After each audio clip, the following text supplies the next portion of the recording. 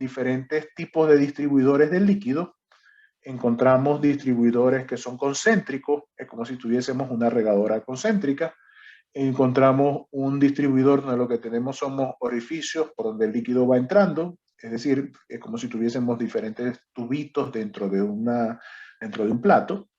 Encontramos un distribuidor que es de los que más utilizados, que son los tipos de tina, que es este que vemos acá, que simplemente son como unos canales en los cuales ingresa el líquido y a través de esos canales el líquido comienza a ser distribuido hacia el inferior.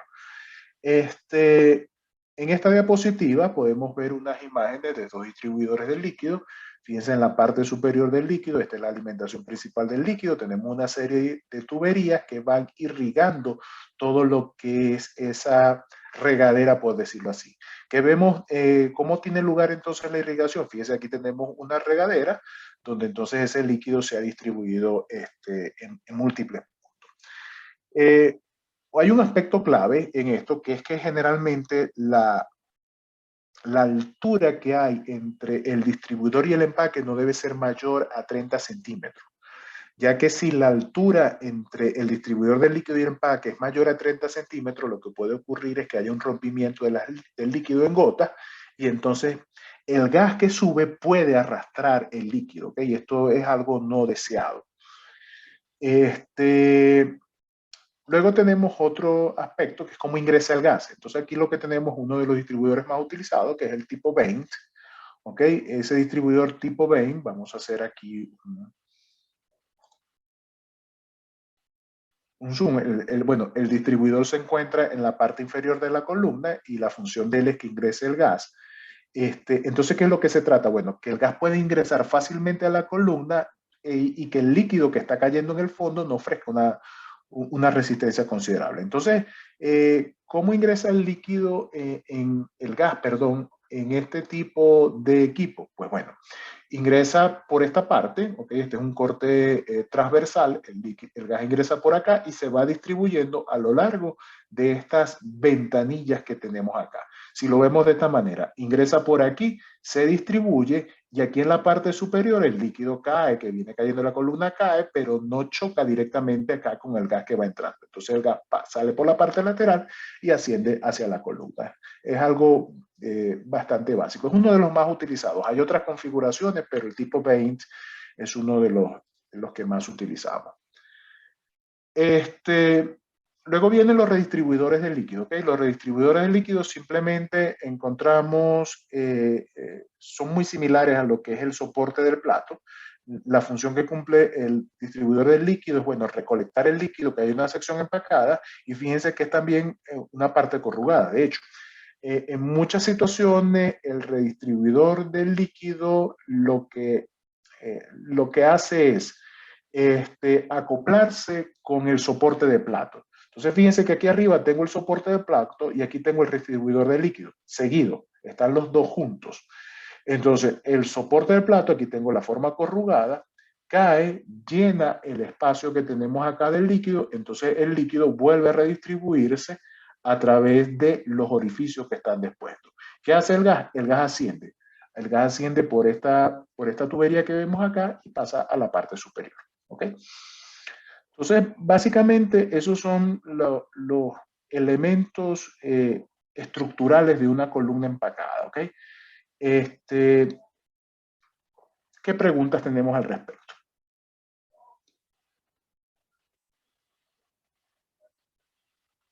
No, profe, de mi parte hasta el momento todo claro.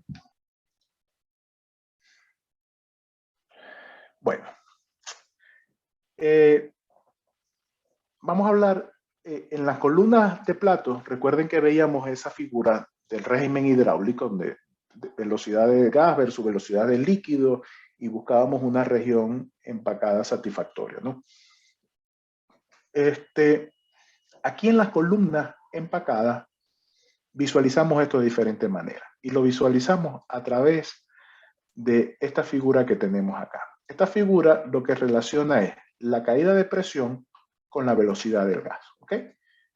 Y entonces aquí lo que encontramos son varias curvas donde tenemos diferentes flujos de líquido, bajo flujo de líquido, alto flujo de líquido. Fíjense que entonces ahora esta historia cambia, ¿ok? Esta historia cambia porque ahora tengo acá los flujos del líquido, aquí el flujo de gas, y ahora entra una historia que es la caída de presión. O sea, me tengo que preocupar de la caída de presión. Porque en las columnas empacadas y en la otra también, pero aquí es más evidente, la caída de presión está relacionada directamente con la inundación de la columna. ¿Ok? ¿Por qué? Porque nosotros necesitamos en una columna empacada tener una retención del líquido. O sea, no queremos que el líquido drene completamente porque necesitamos que el líquido moje el empaque. Lo que no necesitamos es que ese líquido, esa retención del líquido sea muy alta porque ahí inundamos la columna.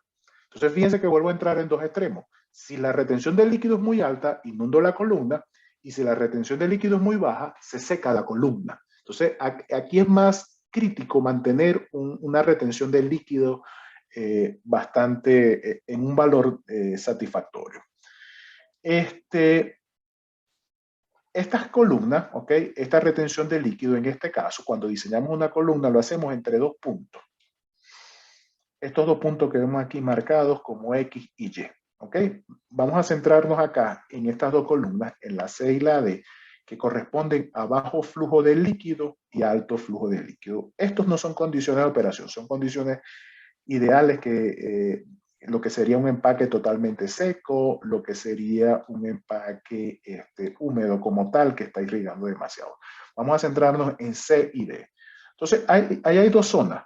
La zona que está en el punto Y la zona que está en el punto X, ¿ok? ¿Quiénes son esas zonas? El punto que encontramos en Y, esa división, es lo que se conoce como el punto de inundación. ¿Qué significa? Que cuando estamos por aquí, por arriba de este punto, la columna se inunda. Y el punto X es lo que se conoce como el punto de carga. ¿Ok?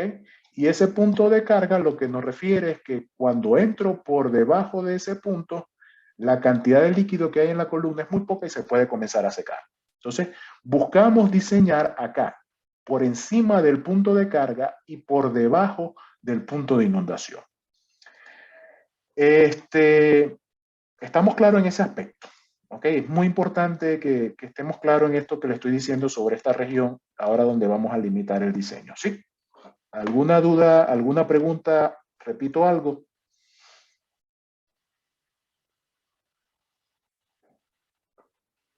Siempre se van a presentar esos dos puntos, ¿cierto, profe? Y siempre Siempre se se va van a a presentar. operar. Sí. Listo. Entonces, fíjense algo, ¿no? Entonces, miren acá. Fíjense que vamos a suponer, vamos a ver, realmente estas son dos condiciones límite del líquido, alta y baja, ¿ok? Es decir, una operación normal del líquido debería tener una curva intermedia, ¿ok? Fíjense algo. Fíjense que para este tipo de curva, fíjense, qué difícil es, déjenme. Fíjense algo, fíjense que el margen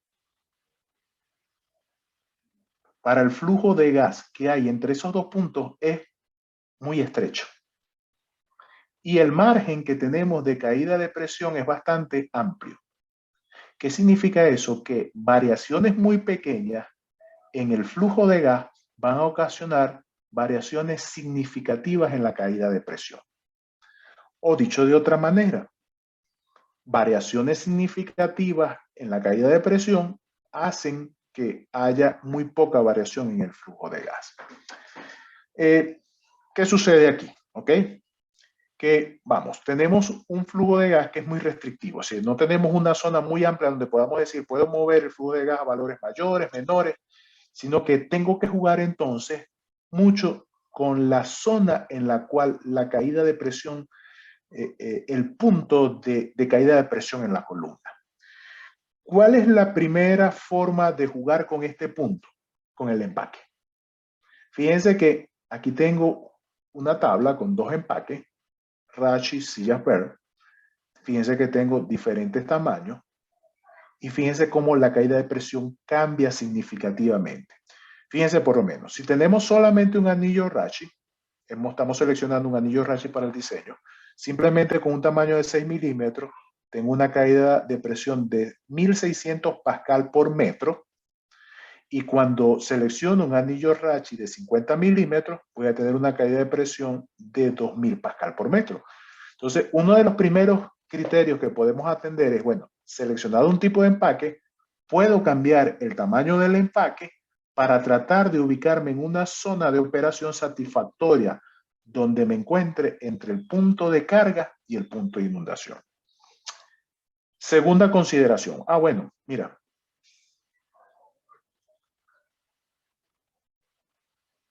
No me sirve el anillo. Resulta que la caída de presión que obtengo con el anillo no funciona. Entonces, tengo que pensar en cambiar el tipo, perdón, el anillo no, el tipo de empaque.